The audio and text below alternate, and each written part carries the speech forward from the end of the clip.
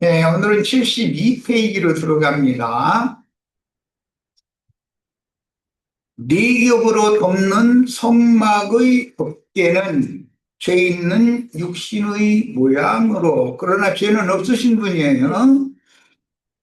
자기 땅, 자기 백성들에게 오신 인자 예수의 몸, 광야교회에 대한 상징이고, 이제 그리스도의 몸, 예루살렘 성전, 이것은 위에 있는 예루살렘 장자들의 교회, 광야의 성막과 예루살렘 성전이라고 하는 것은 어, 세상 교회에 속한 세상 교회와 장자들의 교회에 대한 예표다. 이런 이제 말씀을 나누는 겁니다. 요한복음 2장 19절로 22절, 예수께서 대답하여 이르시되 너희가 이 성전을 헐라. 이 성전, 이 돌, 이라고 할 때 자신을 염두에 두 하신 말씀이죠. 내가 사흘 동안에 일으키리라. 그러니까 여기서 이 성전은 성전된 자신의 몸을 죽여라. 그럼 내가 사흘 동안에 육체로는 죽임을 당하지만 영으로는 살리심을 받아서 새 성전을 내가 해올 거다. 그 예언이죠. 유대인들이 이르되 이 성전이라는 말을 오해한 거죠. 예수님이 이 성전이라고 한 것은 자신의 몸을 말한 것이지만 유대인들이 이 성전이라는 말을 예루살렘 사람이 손으로 준 헤롯 성전을 말하는 줄로 알아들었다는 거죠. 46년 동안의 지역권을 네가 3일 동안에 일으키겠느냐 하더라. 참 이런 말씀을 읽어보면 우리가 그때 당시 태어나서 예수님 이렇게 이때 만나지 않은 것이 얼마나 감사한지 모르겠어요. 우리라고 이 성전을 하려고 그러면 예수님 죽이라는 말이구나라고 알아듣는다는 건 이제 우리들이 그걸 이해를 하는 거지. 그때 당시 사람들은 이건 이해가 안 되죠. 성전 하면 예루살렘 사람이 손으로 지은 그 신전을 상징하는 걸로 의미하는 걸로 알았으니까. 이 성전은 46년 동안의 지역권을 네가 3일 동안에 일으키겠느냐 하더라. 그런 걸 보면 네. 날짜, 연한 이런 시간 개념도 예수님의 시간 개념과 인간들의 시간 개념은 너무 다르다라는 걸 알 수가 있는 거예요.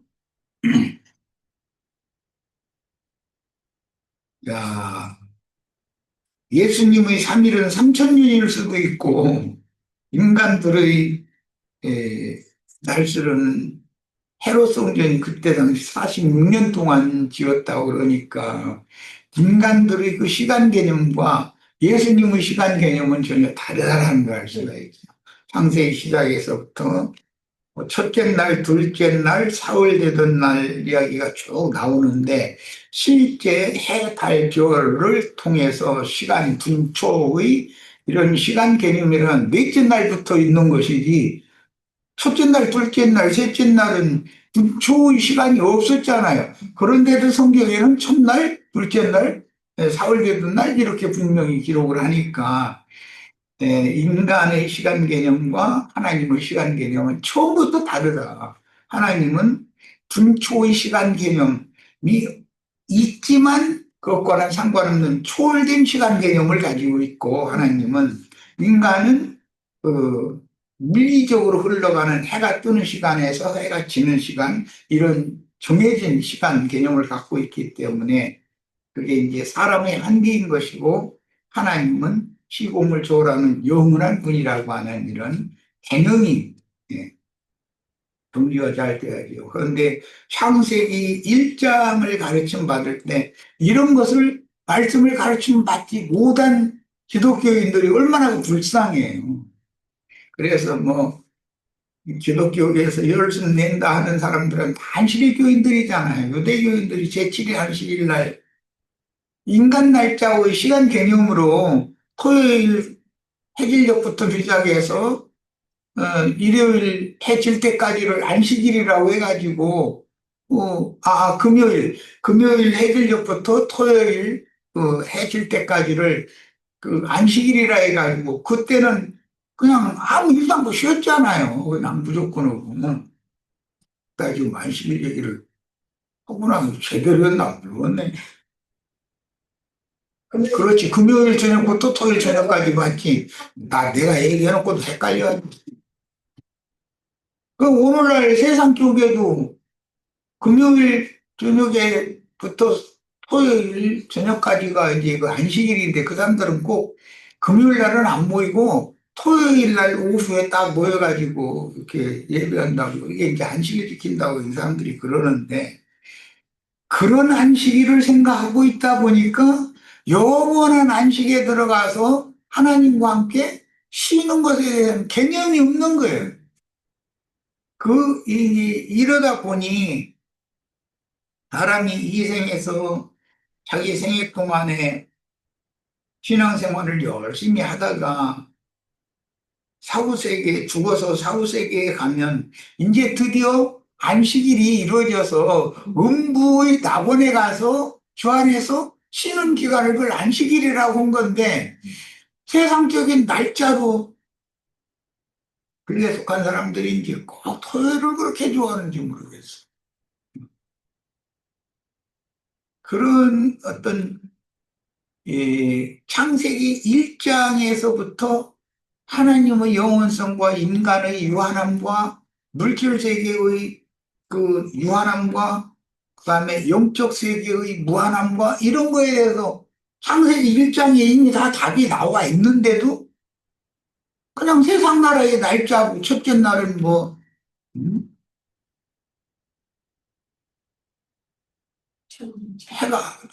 해가 빛이 있으라 해가지고 첫째 날 이제 그럼 첫째 날 빛은 뭐고 넷째 날 빛은 뭐냐고 질문하면은 그게 또 무엇이야 또 그래가면서 딴소리 나고 앉았고 이런 식이면 안 되죠.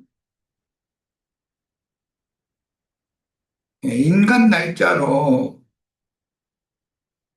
뭐 하나님이 뭐 해, 달, 별을 뭐 넷째 날 지어가지고 했다고 이런 식으로 하고 그럼 해, 달, 별이 없는데 그러면 첫째 날 하나님 빛이 이스라엘에 빛이 있었고 하나님 모습이 좋았다 그러면 그 빛은 뭐냐 또 이렇게 질문하면은 아니 또 우물우물하고 이런 식이면 이게 우리 저 형제 자매님들 예배당 할 때 다 그러고 다녔잖아요. 뭐 창세기 1장에서부터 성경의 의도를 전혀 가르침을 제대로 받아본 적이 없었다는 거죠.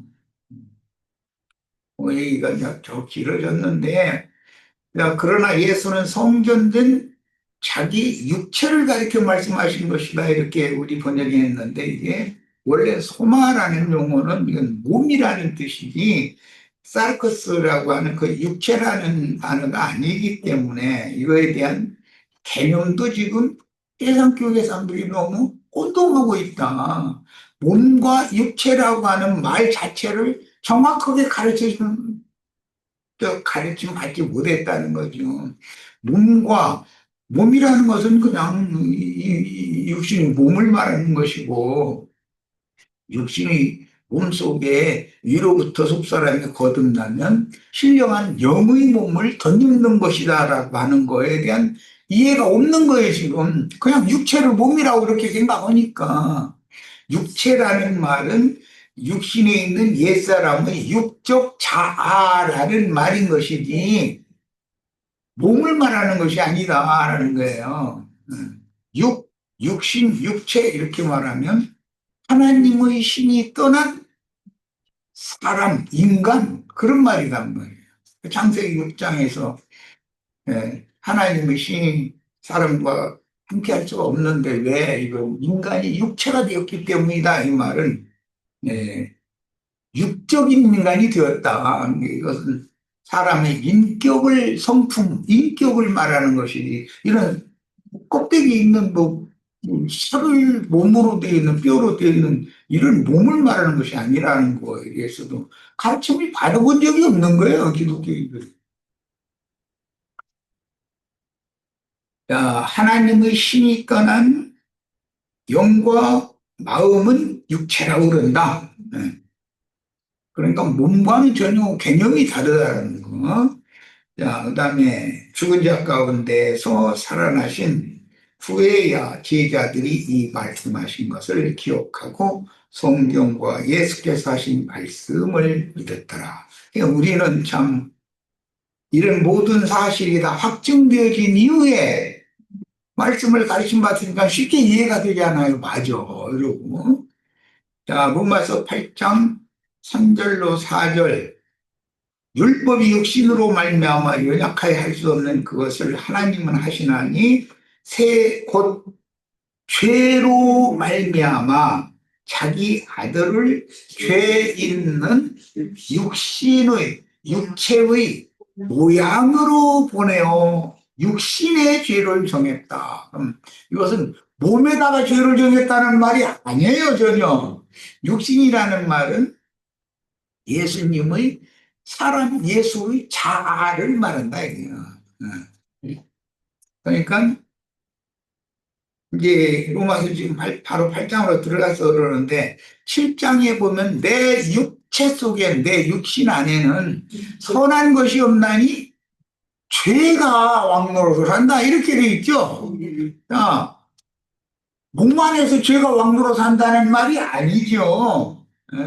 나의 옛사람의 육적 자아, 옛사람의 생각, 감정, 의지, 죽은 영, 이 안에서는 죄가 왕노릇을 한다. 그러나 거듭난 사람의 영과 마음 안에서는 그리스도의 은혜가 왕노릇을 한다. 두 신이 왕노릇을 하는 거예요, 지금. 그 얘기를 한 거예요. 4절. 육신을 따르지 않고 그 영을 따라 행하는 우리에게 육신을 따른다라는 것은 죄의 지배를 받는다. 그 말이죠. 이 육신 속에서 죄가 왕노릇하니까 육신의 생각은 죄의 집이잖아요. 죄가 지배하는 거잖아요. 그러니까 사망이다. 육신의 생각은. 영의 생각은 생명과 평안이다. 그러면 똑같은 생각인데도 영의 생각도 있고 육신의 생각도 있다. 이걸 구분을 하는 성경 이야기를 잘 정확하게 이해하고 가르침 받는 게 필요해요. 육신을 따르지 않고 그 영을 따라 행하는 우리에게 율법의 요구가 이루어지게 하려 하심이라. 이 그 영이라는 것은 구약시대에는 관유라고 얘기해서 사람에게 기름을 붓는데 이 관유로 왕, 제사장, 선지자를 위임할 때 관유를 붓는 것, 성막의 모든 기물들에게 이 관유를 부어가지고 거룩하게 분별을 하죠. 그러면 세상에 있는 금덩어리는 그걸 가지고 세상에 있는 금덩어리를 가지고 성막 안에 세월 판자에다가 금을 입혔는데 성전 안으로 성막 안으로 옮겨진 금과 세상에 있는 금은 다르죠. 성전 안에 있는 금은 하나님의 영광을 대표하지만 신성을 대표하지만 세상에 있는 금이라는 세상 영화를 대표하니까 완전히 다른 거잖아요. 사용 용도가 이런 것처럼 이 그 영이 만들어지는 과정이 이제 출애굽기에 이게 계시가 돼서 나오는데 창세기 시작에서부터 뭐 간략하게 이제 증거를 합니다. 태초에는 하나님이 하늘들과 땅을 창조하셨다. 그건 하나님이 나오죠. 그 다음에 땅이 공허하고 혼돈하며 흑암이 깊은 위에 있고 하나님의 신, 하나님의 영이라는 말이에요. 전에 어떤 자매님이 하나님이 신하니까 하나님이 신발 신고 있게 이 나라를 오해한 적이 있다고 그런 소리를 내들어서 듣고 말하는데 영이라는 말이에요. 영. 하나님의 영, 하나님의 영 두 번째, 그 다음에는 창세기 2장 4절 이후에는 여호와께서 사람을 지었지요. 땅의 흙으로. 그 사람과 조물주와 사람의 관계에서는 여호와라는 하나님의 신이신 하나님의 이름이 딱 나온단 말이에요. 야, 하나님의 신 여호와. 그 다음에는 여호와의 신이 어디로 막 가고자 하면 거기로 간다, 뭐 등등. 예. 그 다음에 선지서가 이렇게 이제 구약 성경이 마지막인데 여호와의 말씀을 들으라. 예. 자, 하나님의 신 여호와의 신 여호와의 말씀 하면 구약 성경이 끝나죠. 그러니까 여호와의 말씀이 실제는 그 영이 된 거예요. 그런데 신약은 여호와의 말씀부터 시작하는 거예요. 요한복음 1장 1절에는 태초에 말씀이 계시니라부터 시작하죠. 구약 성경에서는 말씀으로 끝났죠. 여호와의 말씀으로. 말씀이 육신이 되는 거예요. 예수예요. 그 다음에 사도행전 이후에 가면 예수의 영 얘기가 나오죠. 그 다음에는 그리스도의 영 얘기가 나와요. 최후로는 그 영이란 말이에요. 그 영이. 예. 계시록에 그 영과 신부가 말씀하신다. 그 말씀을 초대를 받는. 이렇게 구약 성경의 5단계, 신약 성경의 5단계로 겹쳐가지고 최후로 예수 그리스도의 성령이라는 말은 그 영을 말하는 거다. 계시록에서는 우리 번역에는 다 성령이라 이렇게 번역해 놨지만 계시록에 나오는 건 전부 그 영이라는 용어다라는 걸 잘 이해하시길 바래요. 잘 메모해 두셨다가 성경 읽을 때 이런 그 흐름과 관점을 가지고 성경을 보셔야 됩니다. 육신을 따르지 않고 그 영을 따라 행하는 우리에게 율법의 요구가 이루어지게 하려 하십니다. 그 영을 따라 행하는 사람들에게나 율법의 요구가 이루어질 수 있는 것이죠. 본능으로 행하는 사람들에게는 율법의 요구가 이루어질 수가 없어요. 망하는 것은 본능으로 아는 그것으로 망하는 것이죠. 예. 그러니까 문자대로 성경을 이해하고 해석하고 하는 것은 전부 망하는 짓이다 이거예요. 성경은 왜 안팎으로 기록을 했다고 했을까? 밖에 기록한 글자로 기록되어 있는 이 문자의 말씀 속에 하나님의 뜻이 거기에 감춰져 있다. 그러니까 겉을 읽을 때는 안도 그 의미도 잘 성경이 말하고자 하는 의도대로 해석할 수 있는 사람이 되어야 완벽한 사람인 것이죠. 네. 예수의 겉모습은 죄 있는 육신의 모양이나 그분의 속사람은 모양은 죄 있는 육신의 모양이지만 예수님의 영과 예수님의 마음, 예수님의 본질은 죄가 없고 죄를 알지 못하는 분이다. 아담과 다른 점이죠, 이게. 첫 아담과.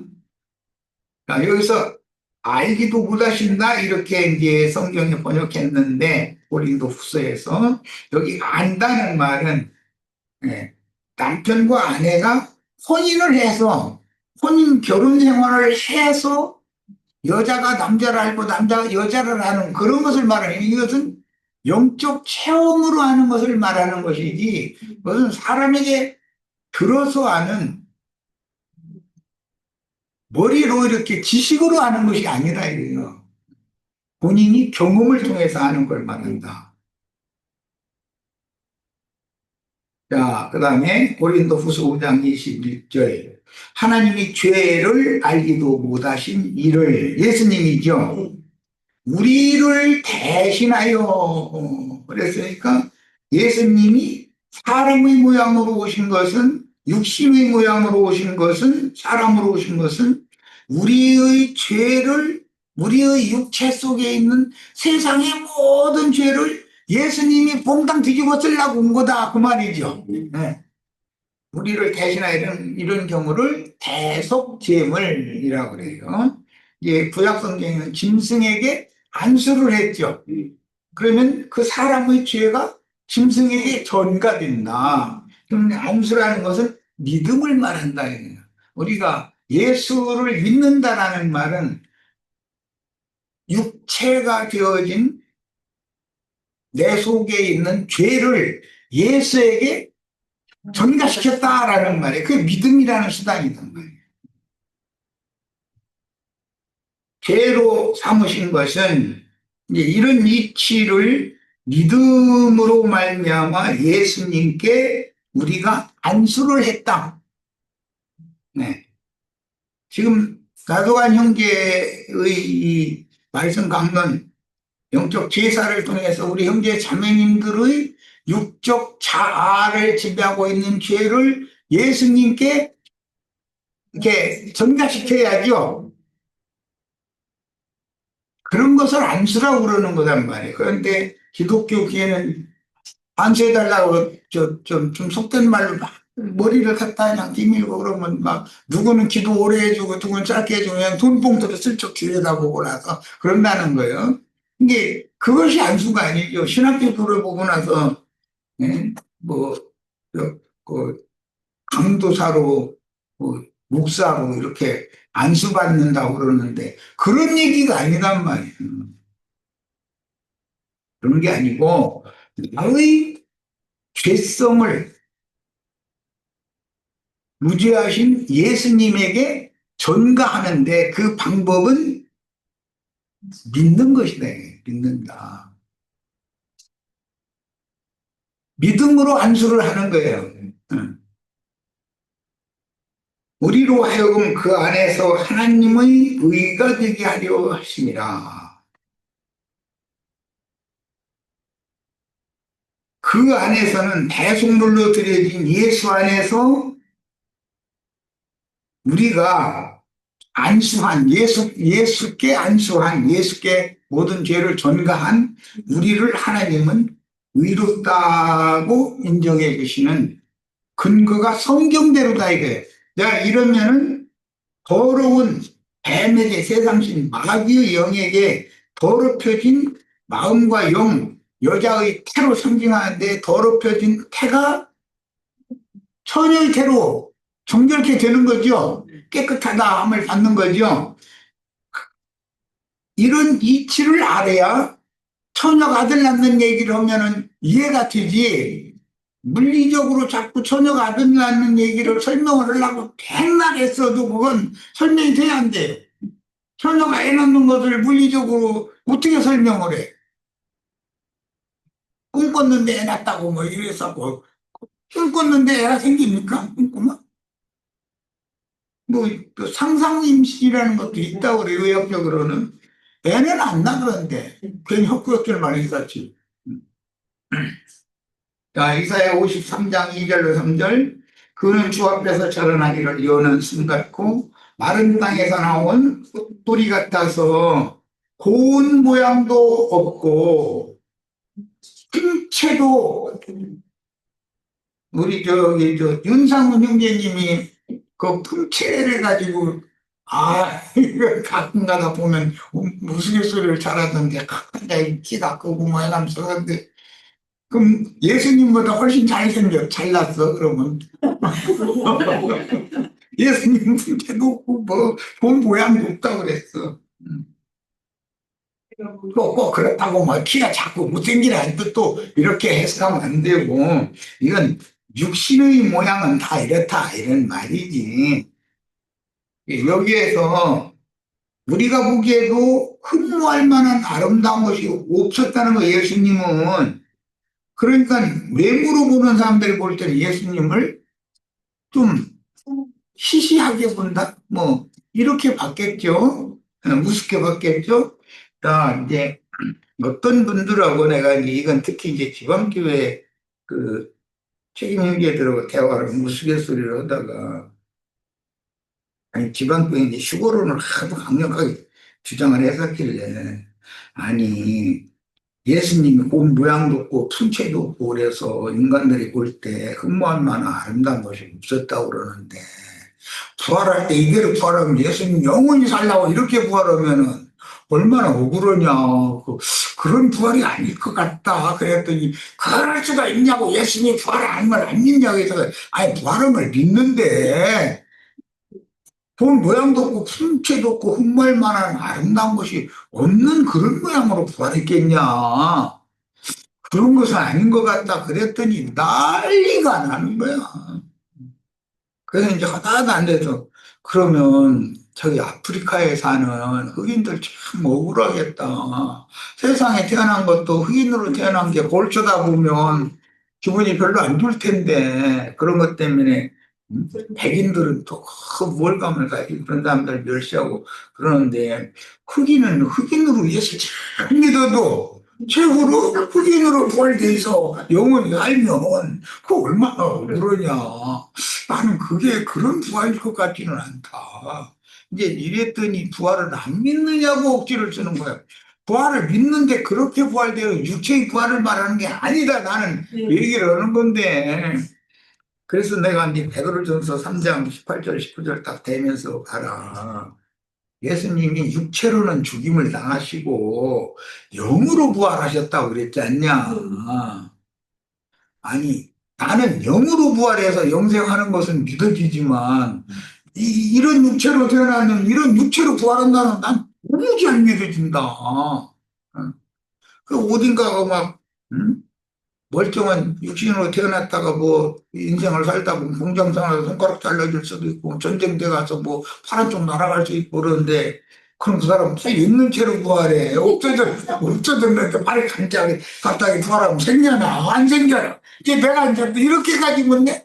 얼마나 답답하면 그러겠어.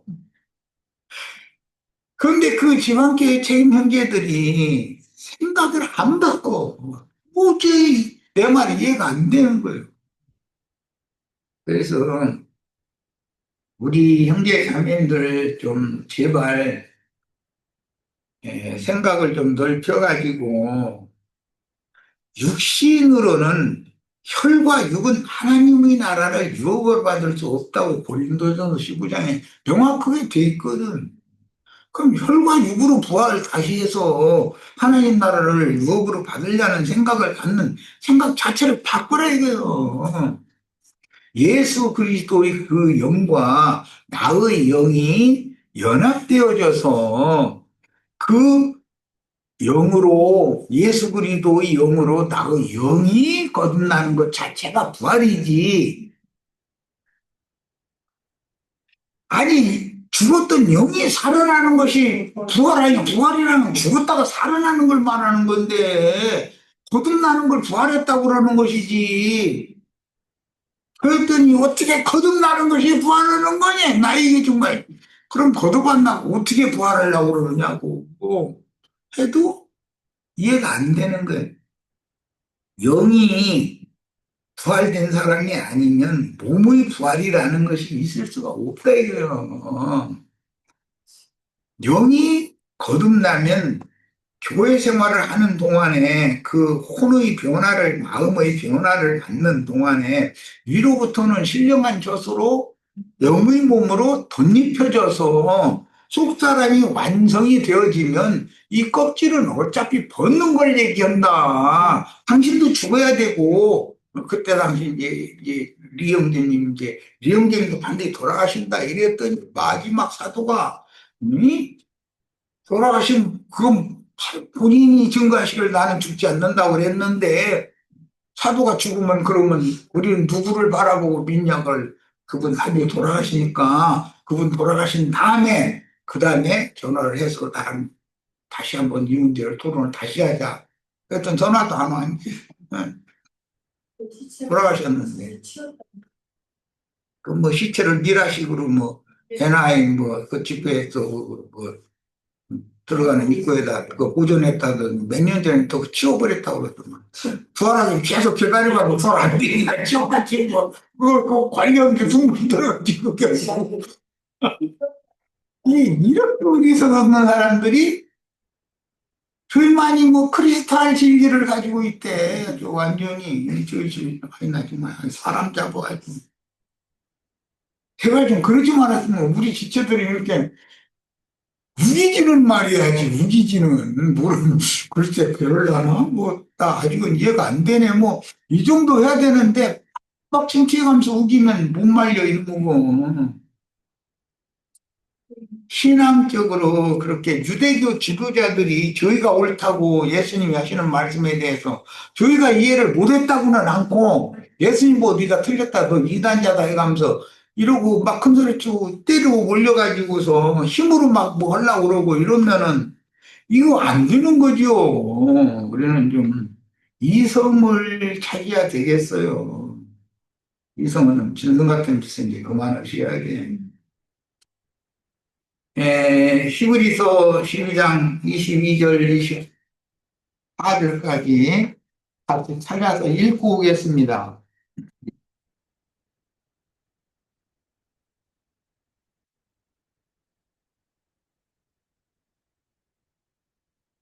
예.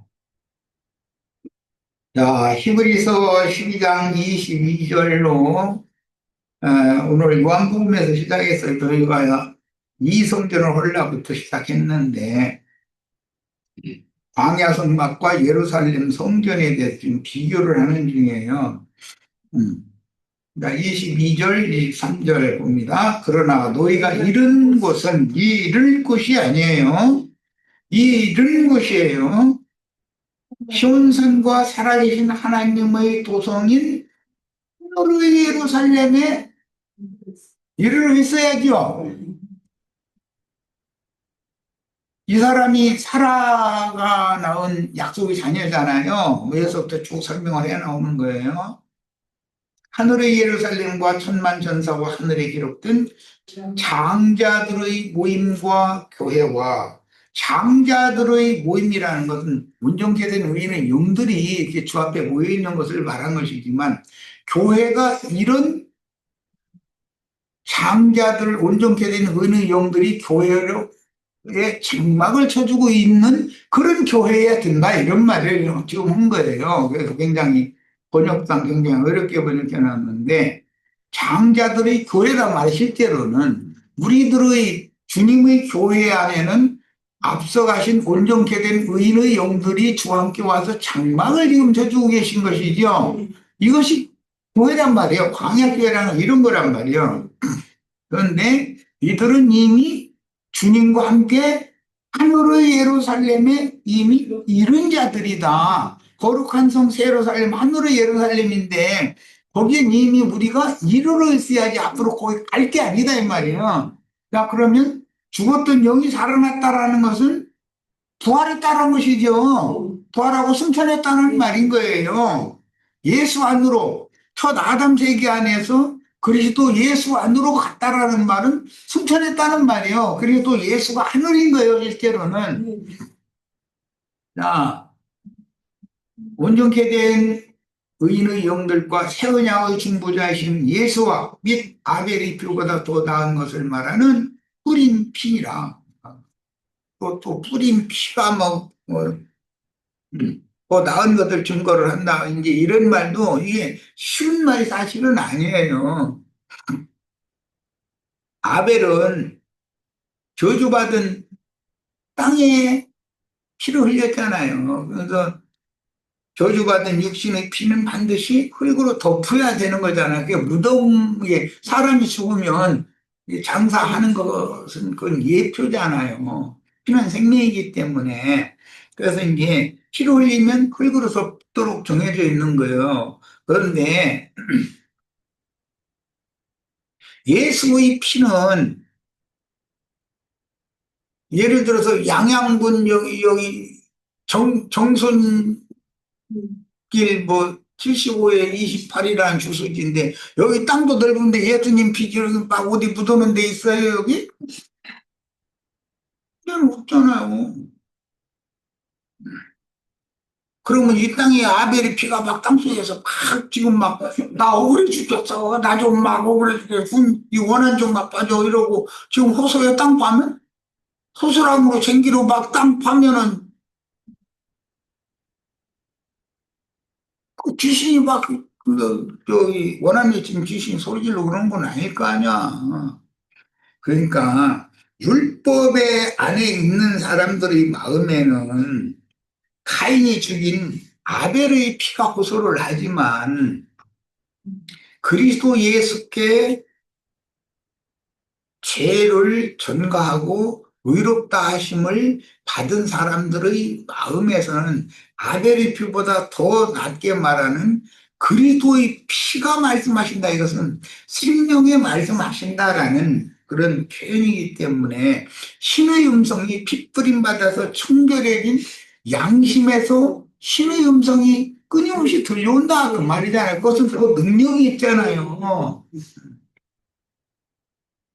이런 어떤 그 성경의 그 모든 말씀들은 핏부림을 받는다라는 것은 생명의 말씀을 가르침 받을 때 영으로 받아들이고 마음으로 받아들인다 그 말인 것이지 어떻게 피를 사람의 양심과 마음에다가 피를 뿌리겠어 어떻게 껍데기에다가 뭐 짐승피 막뭐 손짓피 사다가 뭐 이렇게 막 이렇게 해서 뿌린다면 그건 구약의 대상 그렇게 했으니까 그거는 짐승들이나 그렇게 제사를 하는 것이지 믿음으로 행하는 제사라는 건 믿음의 제사를 우리는 하는 거 아니죠.